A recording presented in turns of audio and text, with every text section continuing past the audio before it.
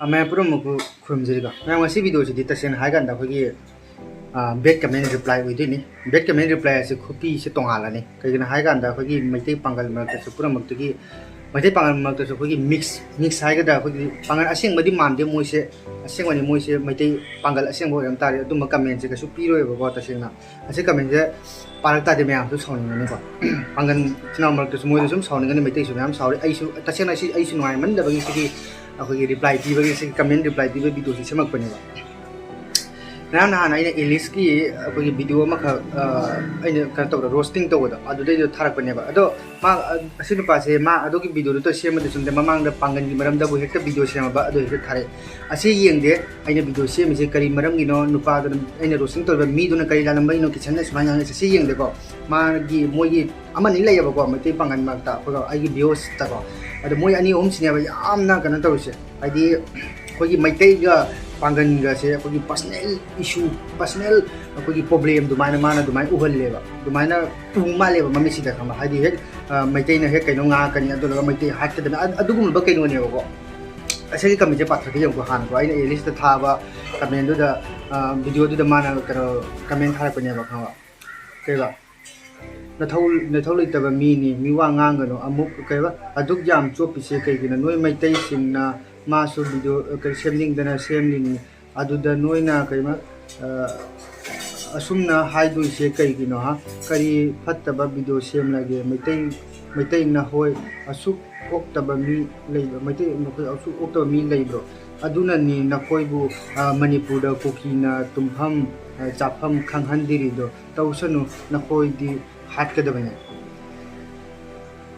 असे कनो मामरा से पांगन मामरा से पांगन ओइरेबा पांगन मरक्ते सो पुरमतगी पोक्तबा कनो देनेबा महाक से कावरा मारेबा मैतै पांगल हाइसे जो खोगी मैतै निंगोन पोकबा नि हाइसे कावरा मारे इचिनी नाउ नि हाइसे नोइगुंबा अमनि से लैबदगी नि खमा होजी खोगी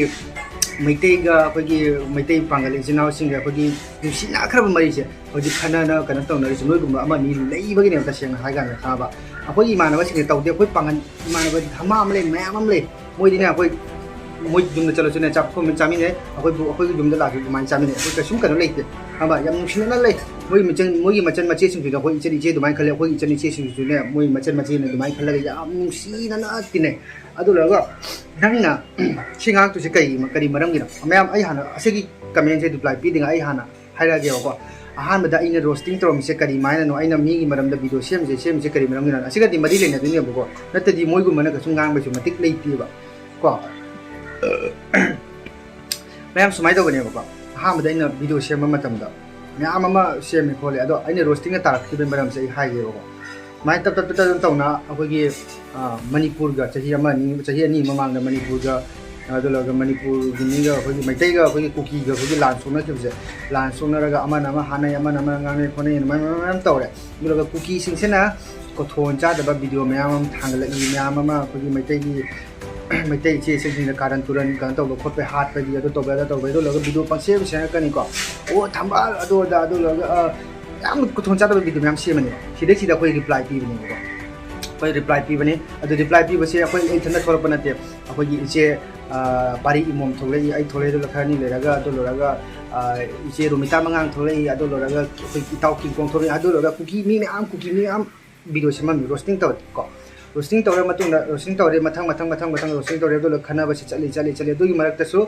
अदुम तिब्रा दी मी दुम थोले कोथोन चादबको सेले यंग चति तिब्रा मी दी सोई तौद बंते तौरी मैतै नि को मासु मैतै नि पांगल नते मैतै नि सेसु तौरी आमै मैतै अदो अदा नै मणिपुर गी मी अदो अदा दुम गांग आई दुम रोस्टिंग तौरे गांग तक मरान लैबै नि गांग से कसम नते अदो ल ततन तौना पांगन सिंसिनि थोले पांगन सेसु लेरे असै आई हानगी वाली पुथोनिंग दबनि दो सोई हारागे हाइदि हाइबको सिनु पासने सो कमु कना मैतै गी ममिंग द फेक अकाउंट हांगा नुपी कोइनर मेदल नुपी प्रेगनेंट तौरम मैतै नि पेको सेसु लेरे सिमम दसु गांगे सिदे सिसुम कमेंट पिरकनि मैतै हम पांगन खरा दिम कमेंट पिरे नोय मैतै अदो अदा नाना तौरमिसे करिगिनो अदुदि खंगोयबको करिनो सिदे मैतै एबलि पांगन एबलि लान थबक तौदी लान थबक नि को अदुने गांग सिदे मैतै मयांग कसुम खाइबलि पांगन कसुम खाइबलि जो लोगा होजाई की लाई होजाई से रोस्टिंग तौरी कोथोन चादर मथक दो लेरे अदो तोथोक अदो दा तो होजाई की लेरे त्रिपुरा की लेरे बांग्लादेश की लेरे अदो लरगा कुकी द लेरे अदो लरगा पांगन दसु लेरे अदो लरगा कोई अदो पुरा मथे तोथोक पे पाबुंग बिरे द पेन द नान पाबुंग बिरे द नांग ने वसे को जो लोग रोस्टिंग है के रोस्टिंग है अखोने यूट्यूबर मैम माय की कंटेंट मैम तोान लगे खरा मन डांस तौबी थांगली मसा खरा मन इसे सकपी थांगली खरा मन मुबांग तौबी खरा मन कॉमेडी तौबी कौन तौर मणिपुर इंडस्ट्री रोस्टिंग तब वीडियो से लेटब को मणिपुर इंडस्ट्री रोस्टिंग तब हाँ थोमें अभी मुख्य channel Hindi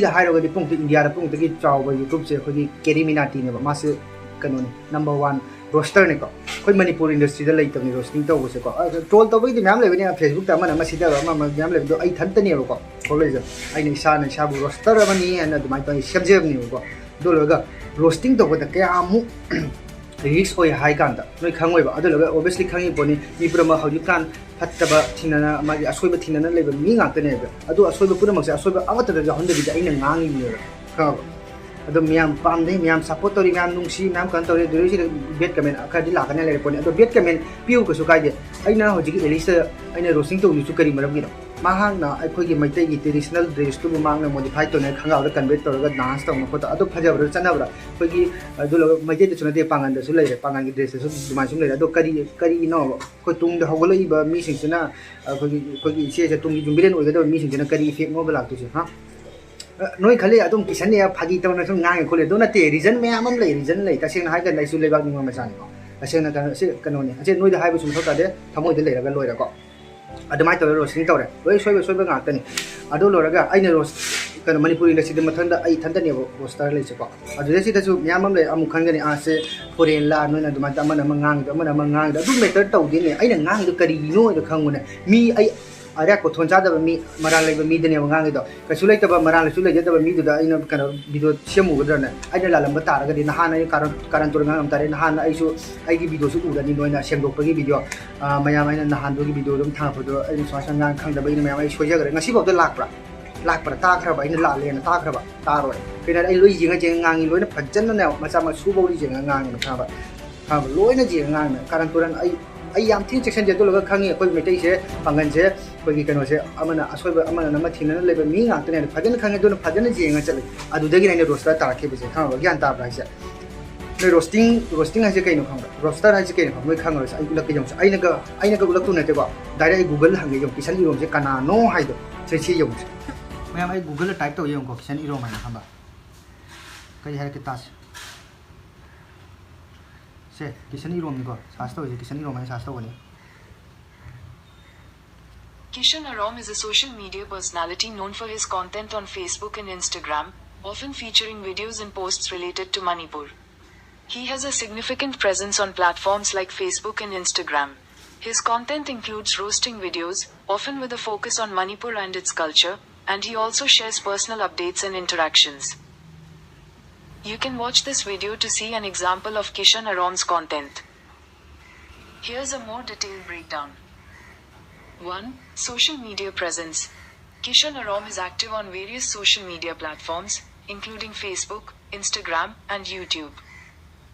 2. Content focus. A significant portion of his content revolves around Manipur, its culture, and social issues. He often shares roasting videos, which are humorous critiques or parodies, often with a local perspective. 3. Engagement. Kishan Arom actively engages with his audience, responding to comments and interacting with his followers on various posts. 4. Popular videos, posts. Some of his popular content includes roasting videos, personal updates, and videos related to events in Manipur. Then in Matota, the Yamsu, Kantoba, no problem to explain to us Matota, young wife, that's in Hagana. I know, Pin Mayam Kangani, Mayam Kaleva, Kisanang is a pili, Pinangana, Pinang with Marathon, I see Jeremy Mikava. Take Kangiponi, I say, Shoikraba, I want to tattoo to Sasa, Kangaponi, I don't know, Jangaponi, then Gesa. And a roaster roasting to me, Puno Makasuna, how to support the money is joyful when a Kasum hire, in Hagar Moina Toba, Tabok to Gimatung in a gang when Ganta Raisa, ma'am. I hope bit commend Dologa bit comment, Sumna Puba, Kasum Nativa. She raised out Jikin Pass in a Nakoimate Adon and cookies in a Tumham Chapam Kangandi, a secretary, no harbor. Native Wam example, my son, Tang Pigava. May take it to Messi, Tadi, Pangal, when he can drop. Manipur Pangal Yan can to the Maya say to my Osu hanging cooking matic so that the Maya do it. ꯑꯗꯣ ꯑꯗꯨꯝꯕ command ꯁꯨꯡꯄꯤ ꯄꯤꯅꯨꯒꯨꯝꯕ ꯅꯣꯏꯒꯨꯝꯕ ꯑꯃ ꯑꯅꯤ ꯂꯩꯔꯒꯅꯦ ꯑꯩꯈꯣꯏꯒꯤ ꯃꯩꯇꯩꯒ ꯄꯥꯡꯒꯟꯒꯒꯤ ꯑꯩꯈꯣꯏꯒꯤ ꯃꯤꯅꯨꯡꯁꯤꯁꯦ ꯃꯥꯡꯍꯟꯒꯦ ꯈꯟꯒꯅꯨ ꯑꯩꯅ ꯌꯥꯝ ꯊꯤꯅ ꯉꯥꯡꯅꯤꯡꯗꯦꯀꯣ ꯑꯗꯨꯅꯤ ꯏꯆꯤꯟ ꯏꯅꯥꯎ ꯉꯥꯛꯇꯅꯤ ꯐꯖꯅ ꯑꯗꯨꯝ ꯂꯩꯁꯤ ꯑꯗꯨꯅꯤ ꯑꯗꯣ ꯌꯥꯝꯅ ꯍꯩꯅꯗ꯭ꯔꯗꯤꯗꯅ ꯃꯌꯥꯝ ꯄꯨꯝꯅꯃꯛ ꯑꯩꯅ ꯔꯣꯁꯇꯤꯡ ꯇꯧꯕꯁꯤ ꯌꯥꯝ ꯍꯩꯅꯗ ꯇꯥꯔꯗꯤ ꯃꯤ ꯑꯅꯤꯈꯛ ꯀꯃꯦꯟ ꯄꯤꯔꯣ ꯑꯃꯅ ꯌꯦꯁ ꯔꯣꯁꯇꯤꯡ ꯇꯧꯔꯛꯎ ꯑꯗꯨꯒ ꯌꯦꯁ ꯑꯃꯅ ꯅꯣ ꯔꯣꯁꯇꯤꯡ ꯚꯤꯗꯤꯑꯣ ꯇꯧꯔꯛꯀꯅꯨ ꯍꯥꯏꯕꯗꯣ ꯂꯥꯏꯛ ꯖꯥꯝꯕꯗꯣ ꯔꯣꯁꯇꯤꯡ ꯚꯤꯗꯤꯑꯣ ꯇꯧꯔꯣ ꯍꯥꯏꯔꯒꯅ ꯂꯥꯏꯛ ꯖꯥꯝꯕꯗꯣ ꯑꯗꯨ ꯔꯣꯁꯇꯤꯡ ꯇꯧꯔꯛꯀꯅꯤ ꯑꯗꯨꯒ ꯅꯣ ꯑꯇꯩ ꯇꯧꯔꯛꯑꯅꯨ ꯍꯥꯏꯔꯒ ꯁꯨꯡꯇꯧ ꯇꯧꯔ ꯑꯩ ꯁꯨꯝ ꯑꯩ ꯏꯁꯥꯒꯤ ꯇꯧꯐꯝ ꯊꯣꯛꯄ ꯑꯗꯨꯝ ꯇꯧꯒꯦ ꯑꯩ ꯕ꯭ꯂꯣꯒꯤꯡꯂ ꯃꯨꯛꯕꯥꯡꯂ ꯗꯤꯁꯥ ꯑꯩ ꯐꯅꯤ ꯑꯗꯨꯝ ꯇꯧꯖꯒꯦ ꯀꯩꯁꯨ ꯅꯠꯇꯦ ꯑꯗꯣ ꯃꯌꯥꯝꯅ ꯔꯣꯁꯇꯤꯡ ꯚꯤꯗꯤꯑꯣ ꯄꯥꯝꯗ꯭ꯔꯦꯅ ꯑꯗꯣ ꯀꯃꯦꯟꯗ ꯍꯥꯏꯕꯤꯔꯝꯃꯣ ꯃꯌꯥꯝ ꯔꯣꯁꯇꯤꯡ ꯚꯤꯗꯤꯑꯣ ꯇꯧꯔꯛꯑꯅꯨꯅ ꯑꯩ ꯁꯨꯡꯇꯧ ꯇꯧꯖꯔꯔꯣꯏ ꯁꯨꯡꯇꯧ ꯇꯧꯖꯔꯔꯣꯏ ꯑꯗꯨꯅꯤ ꯃꯌꯥꯝ ꯑꯩ ꯉꯁꯤ ꯚꯤꯗꯤꯑꯣꯁꯤ ꯌꯥꯝ ꯄꯦꯟꯗ꯭ꯔꯦ ꯁꯨꯃꯥꯏꯅ ꯇꯧꯔꯒ ꯉꯥꯡꯕꯅꯦ ꯅꯨꯡꯉꯥꯏꯇꯦꯕ ꯁꯨꯃꯥꯏꯅ ꯁꯨꯝ ꯑꯗꯨꯒ ꯀꯃꯦꯟ ꯑꯩꯈꯣꯏꯒꯤ ꯀꯩꯅꯣ ꯈꯔꯁꯨ ꯂꯥꯛꯑꯦ ꯃꯦꯁꯦꯖ ꯈꯔꯁꯨ ꯂꯥꯛꯑꯦ ꯑꯗꯣ ꯑꯗꯥꯅ ꯊꯧ ꯂꯩꯇꯕ ꯑꯗꯣ ꯑꯗꯥꯅ ꯃꯣꯏ ꯈꯪꯗꯦꯕ ꯃꯤꯅ ꯇꯧꯕꯁꯦ ꯀꯩꯅꯣ ꯈꯪꯗꯦꯕ ꯑꯗꯣ ꯈꯪꯗꯕꯤꯗ ꯄꯉꯥꯡ ꯉꯥꯡꯒꯅꯨ ꯑꯩꯁꯨ ꯁꯣꯏꯈꯤꯗ꯭ꯔꯥꯅ ꯌꯥꯝ ꯌꯦꯡꯖꯔꯤꯕꯅꯤ ꯀꯩꯁꯨ ꯅꯠꯇꯦ ꯑꯩꯒꯤ ꯂꯥꯏꯐꯅꯦ ꯑꯩꯅ ꯈꯪꯉꯦꯀꯣ